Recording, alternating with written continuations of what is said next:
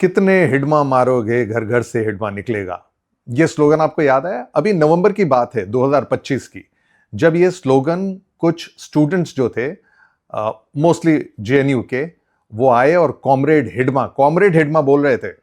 हाँ, और उसके लिए ये स्लोगन्स वो लगा रहे थे, ये नारे वो लगा रहे थे, एज इफ हिडमा माडवी जो कि एक माओइस्ट था, जो कि एक टेररिस्ट था इन अ वे, एक इंसर्जेंट मिलिटेंट था, उसको एनकाउंटर में मार दिया गया और उसके फेवर में ये नारे लगा रहे थे। लेकिन बड़ी बात यह है कि ये पॉल्यूशन का प्रोटेस्ट करने के बहाने आए थे। आप समझिएगा, प्रोटेस्ट करना है प्रदूषण के अगेंस्ट, लेकिन एक्चुअल में निशाना क्या है? नैरेटिव बनाना है, ऐसे दिखाना है कि हिडमा माडवी कोई बहुत बड़ा क्रांतिकारी था और उसके मरने से बहुत बड़ा नुकसान हो गया हिंदुस्तान को, जबकि वो आदमी सबसे खतरनाक माओइस्ट जो लीडर्स थे उनमें था। अब ये जितने स्टूडेंट्स जो हैं, ये कहां से आते हैं? इनको कौन भेजता है? देखिए, कोई अपनी मर्जी से तो आएगा नहीं, किसी ने उनका ब्रेन वॉश किया है। हालांकि आई डोंट नो, उनकी शक्लें देखकर लगता भी नहीं कि ब्रेन है भी या नहीं।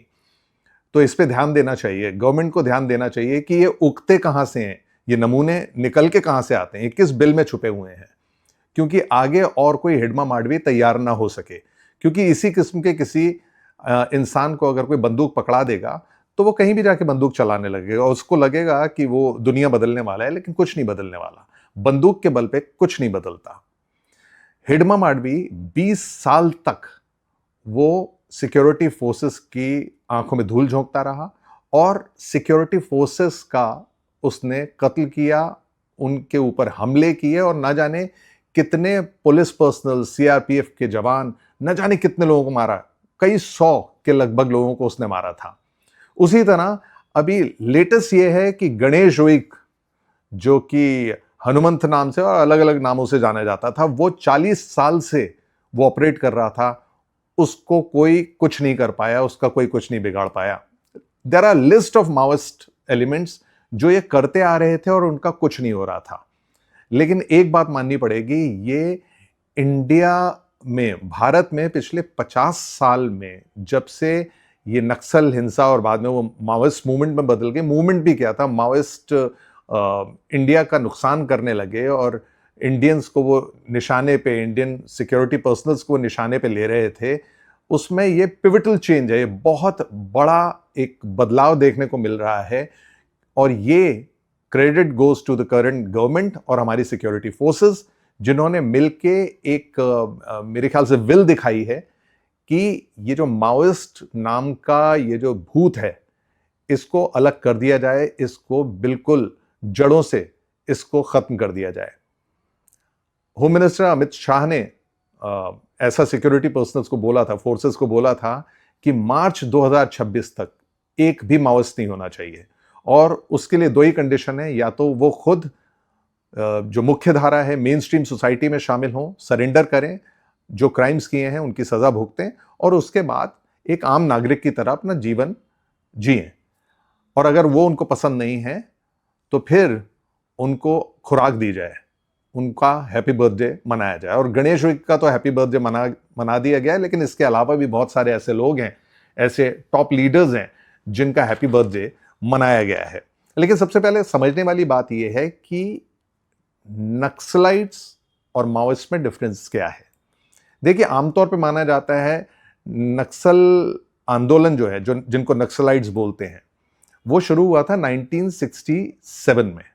ये 1967 में इस वजह से शुरू हुआ, उसकी वजह थी, ऐसा नहीं कि बेवजह शुरू हुआ। जितने कहना चाहिए गरीब मजदूर क्लास जितना था नॉर्थ बंगाल में, नक्सलवाड़ी एक विलेज था, वहां पे जितने गरीब लोग थे उनके ऊपर जुल्म होते थे और ये फ्यूडल माइंडसेट के जो लोग थे, जागीरदार, जमींदार, उस किस्म के लोग जो थे जिनके पास पैसा था, वो इनके ऊपर जुल्म करते थे। अब इनको उस जुल्म से लड़ना था और उस लड़ाई में दो लीडर्स जो थे वो सामने आए। उनमें से एक थे चारू मजूमदार और दूसरे थे कनू सान्याल। इन दोनों ने मिलकर फैसला किया कि भाई, बोलने से और गांधीवादी होने से, सिर्फ अहिंसा के बेसिस पे हम इस फ्यूडल माइंडसेट के लोगों का मुकाबला नहीं कर सकते तो हमें हथियार उठाने पड़ेंगे। और हथियार उठाने की जो उनको प्रेरणा मिली वो माओ जेडोंग, जो कि सबसे ड्रेडेड डिक्टेटर रहा, जिसने चाइना में न जाने कितने लोगों को मरवा दिया। हिटलर तो उसके सामने बच्चा नजर आता है, वो इतना खतरनाक डिक्टेटर था, कोई सुनवाई नहीं थी, वो बस लोगों को मरवा देता था as he pleased, as he wished. और उसने पूरा एक छत्र जो राज है कम्युनिस्टों का वो चाइना में लेकर आया, जिसकी झलक हमें आए दिन मिलती रहती है। तो चारू मजूमदार और कनू सान्याल ने यह आंदोलन शुरू किया 1967 में, उसकी एक वजह थी। लेकिन जब ये माओ जेडोंग के बताए हुए तरीकों पर चल पड़े तो ये वायलेंट हो गए, ये हिंसक हो गए। इनके पास जो हथियार आ रहे थे वो सिर्फ फ्यूडल्स को कंट्रोल करने के लिए नहीं थे, वो सिर्फ गरीबों की मदद नहीं कर रहे थे। ये लोग इवेंचुअली क्या करने लगे कि डेवलपमेंट को भी रोकने लगे, जो कि वनवासी आदिवासी जो एरियाज थे, जहां पे स्कूल्स आने चाहिए थे, हॉस्पिटल्स, गवर्नमेंट की तरफ से जो फैसिलिटीज थी वो आनी चाहिए थी, रोड्स आनी चाहिए थी, इलेक्ट्रिसिटी आनी चाहिए थी, ये उसके लिए भी, ये उसके अगेंस्ट भी चले गए। तो बेसिकली आपने एक प्राइमरी आपका ऑब्जेक्टिव था कि फ्यूडल्स के अगेंस्ट, सामंतवादी जो लोग हैं उनके अगेंस्ट आपको क्रांति करनी थी, लेकिन फिर आपने स्टेट, गवर्नमेंट और पूरे देश के अगेंस्ट क्रांति कर दी और गरीबों की लड़ाई लड़ते लड़ते आप गरीबों के अगेंस्ट हो गए। ये पूरा इसका मुद्दा था। तो 1967 से आंदोलन शुरू हुआ और उसके बाद ये वायलेंट रूप लेता गया, जिसमें तकरीबन 4,500 के आसपास सिविलियंस को मारा गया है इतने सालों में, और 2700 के आसपास इसमें defence forces, security personnels, police के लोगों को मारा गया। 2700, 2700 लोगों को इन्होंने मारा। क्यों मारा? क्योंकि वो गवर्नमेंट के लिए काम करते थे।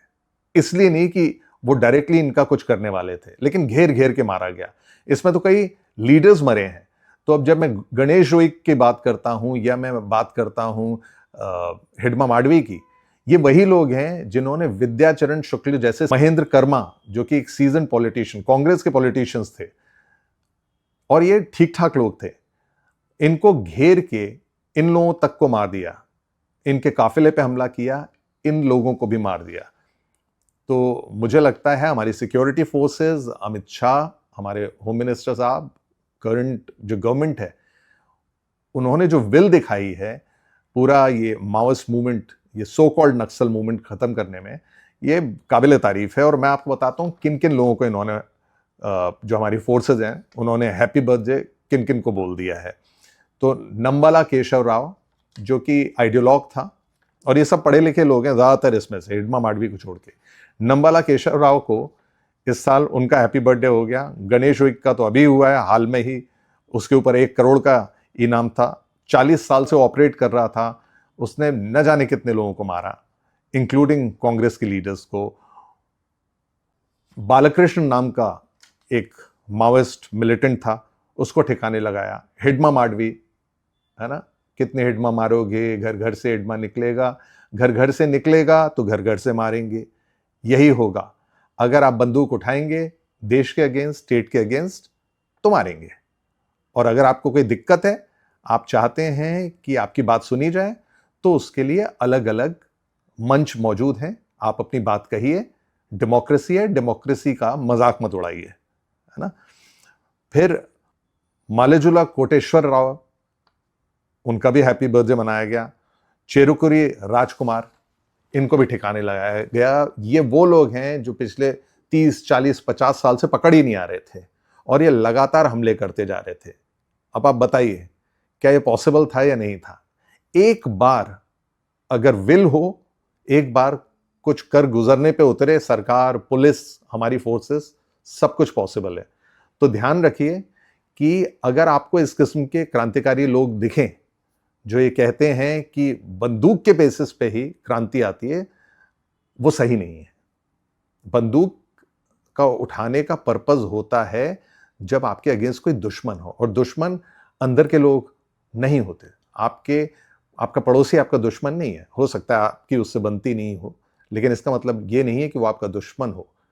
हाँ, हर वो इंसान दुश्मन है जो देश के अगेंस्ट काम करता है, ये बात हम लोगों को समझनी चाहिए। और ये जो कुछ यूनिवर्सिटीज़ इस तरह के एलिमेंट्स को जो बढ़ा रही हैं, आप ये यकीन मान के चलिए स्टूडेंट्स को, उनके पेरेंट्स को, उनकी फैमिली को ध्यान रखना चाहिए कि किस किस्म के प्रोफेसर्स, लेक्चरर्स, उनकी क्या आइडियोलॉजीज है, उनकी क्या विचारधारा है, वो आपके बच्चों को क्या पढ़ा रहा है या आपकी फैमिली में किस तरह का जहर बो रहा है, उस पर बहुत क्लोजली उस पर ध्यान रखें।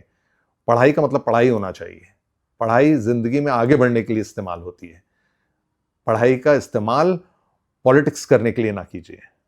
पॉलिटिक्स का इस्तेमाल करना है तो बाकायदा सिस्टम्स ओपन है, पार्टी बनाइए जैसे अरविंद केजरीवाल ने बनाई, आप चुनाव लड़िए और फिर जीत सकते हैं तो जीत लीजिए, हार गए तो कोई बात नहीं, दूसरी बार कोशिश कीजिए, हथियार नहीं उठाइए, नहीं तो हैप्पी बर्थडे जैसे कि इन लोगों का हुआ, इन माओइस्ट का।